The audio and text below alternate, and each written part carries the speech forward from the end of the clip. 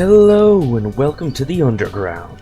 We have like 5 different mods to review today, so let's get right into it. First, let's start with the Undertale Delight mod. Undertale Delight is an add-on for Farmer's Delight that allows you to craft food from Undertale. For example, this is the recipe for butterscotch pie. Butterscotch pie actually has some of the most features of any of the food in this mod. For starters, you can use it by placing it down, which for some reason renders like this. Maybe that'll be fixed in a future update. But you can actually slice it into 4 pieces, and each of these pieces will heal you to full health. And as you see here, there is the toy knife. It cannot currently be crafted, but it is in the creative menu, so if you want to use it, you can do that. Up next is the monster candy, which comes in all sorts of colors. This is the recipe, and when used, it restores 10 of your health. Next up is the spider foods, which as far as I can tell aren't craftable. First is the spider donut, and then the spider cider.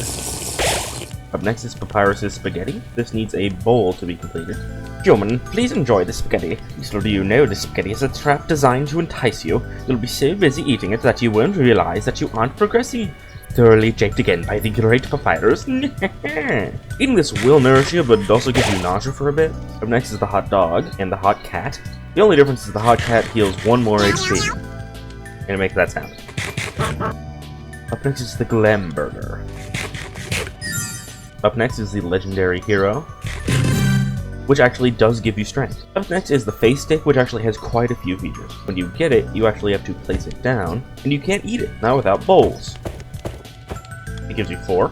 And then it disappears after that. My only complaint with this is, technically speaking, the face stick can be eaten whole in the game, but also, it's a Minecraft mod. Each bowl of face steak gives you 15 HP, which adds up to the total of 60 from the video. And last is golden flower tea. This requires these ingredients plus a bottle, and after drinking it grants you comfort. The mod also has a second knife, the real knife, which can also be used to cut food. And now that I'm kitted up, we can actually talk about the mob mod. So now first with the more peaceful mod of the 3, Beanie Sans and Beanie Papyrus. Look at these little goobers. They don't do much, they just walk around. If you have carry-on, I guess you can pick them up and throw them or something. But they mostly just walk around and be cute and stuff. Which is great if you just want them, walking around doing stuff. But if you want an actual fight, our next mod is something that you'll be interested in. This mod adds all sorts of AU Sans and Papyruses that you can fight. Starting with, of course, Classic Papyrus. We also have Underswap Papyrus, Underfell Papyrus, Swap Fell Papyrus, and Story Shift Papyrus.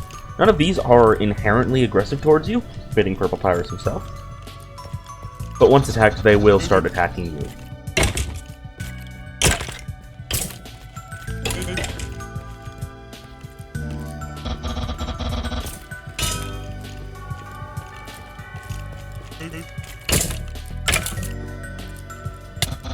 Fuck. Maybe I shouldn't have fought these guys at the same time. That's actually a nice point of comparison, because now we see Underfell Papyrus, because of his heals, is actually taller than Normal Papyrus. Next up is Sans. Normal Sans doesn't attack you at all, unless you attack him, of course.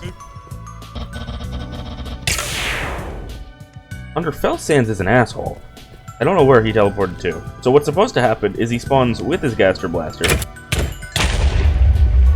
and I guess it fucking explodes when Christ.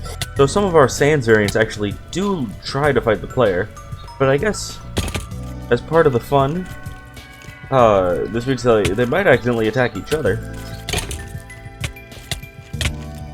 So if you spawn them all together, they might take care of each other. They might take care of each other for you. Where did you come from? I guess this is a good point to show off the save point. Lets you save the game.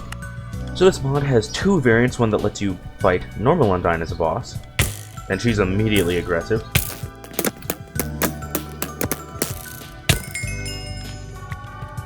And this very statue is your reward for beating her. Or you can fight Sushi Undyne, which is way harder. That's actually a great showing off of another mod that gives you the Undertale death screen.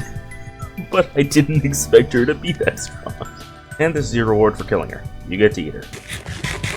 So would I recommend these mods? Hey, if you really need Undertale content, and this is the best you can get, the newsletter hasn't come out, we have no idea when the next chapters of Deltarune are coming, I'd recommend it. That said, there's one more mod that I think any fan will love to try out. Our next mod allows you to become Sans Undertale.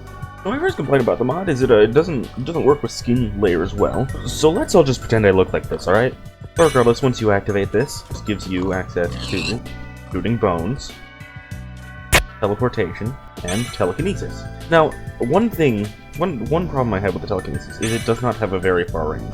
You have to be 3 blocks away to use it, which means it's not actually very good for offense.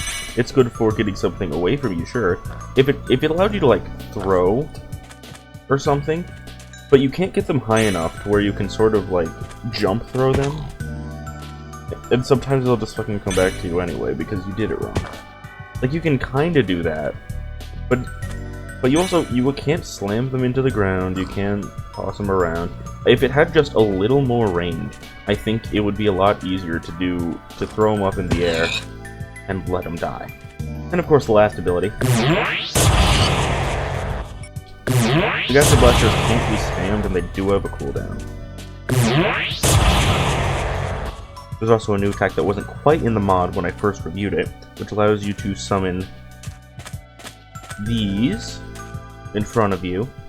My only problem with it, though, is it's just in front of you. Again, it comes down to the range problem of, like, they're all good, and it's actually a very strong attack. In fact, let me show you. I mean, that's pretty strong, but it's like, okay, how, like, if someone's gonna hit me, I have to let someone get really close to hit me, which feels very antithetical to the entire way Sans fights, which is avoiding people.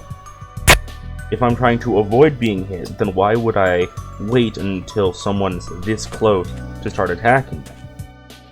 Like, I can do this, and that's a long-range thing, right? But if I want to do this, not to mention, it has a time thing, right? So it does kind of work as a defensive thing to get people away from you, but then it's like, oh, well, what about the fucking telekinesis power? How am I supposed to use that if I don't get in close to me? So it feels like there is a bit of a fight between the very good long-range options and my desire to play like Sans with the close-range options. While editing, I felt like I came off way more aggressive during both of those segments. I just want to clarify, especially if you are the creator of the mod, I very much enjoy this. I understand you're doing this for fun. I love this mod. It's actually really fun. I just have some critiques, and I think I voiced them a little too strongly. They really don't matter that much, but I do think it would be improved if, even if you want to balance it better, maybe decrease the range of the primary bone attack, and then increase the range of the telekinesis and the newer bone attack. I think if you did that, it would allow me to play more like Sans, and also, like I mentioned earlier, a more dodge-focused teleport would also be a nice addition. And that is the summary of my thoughts. I did enjoy this mod, I think it is very good. That said, I did test it out. I don't have the newest attack in this clip, but I think it is still a very great showing of what fun you can have with this mod. So without any further ado,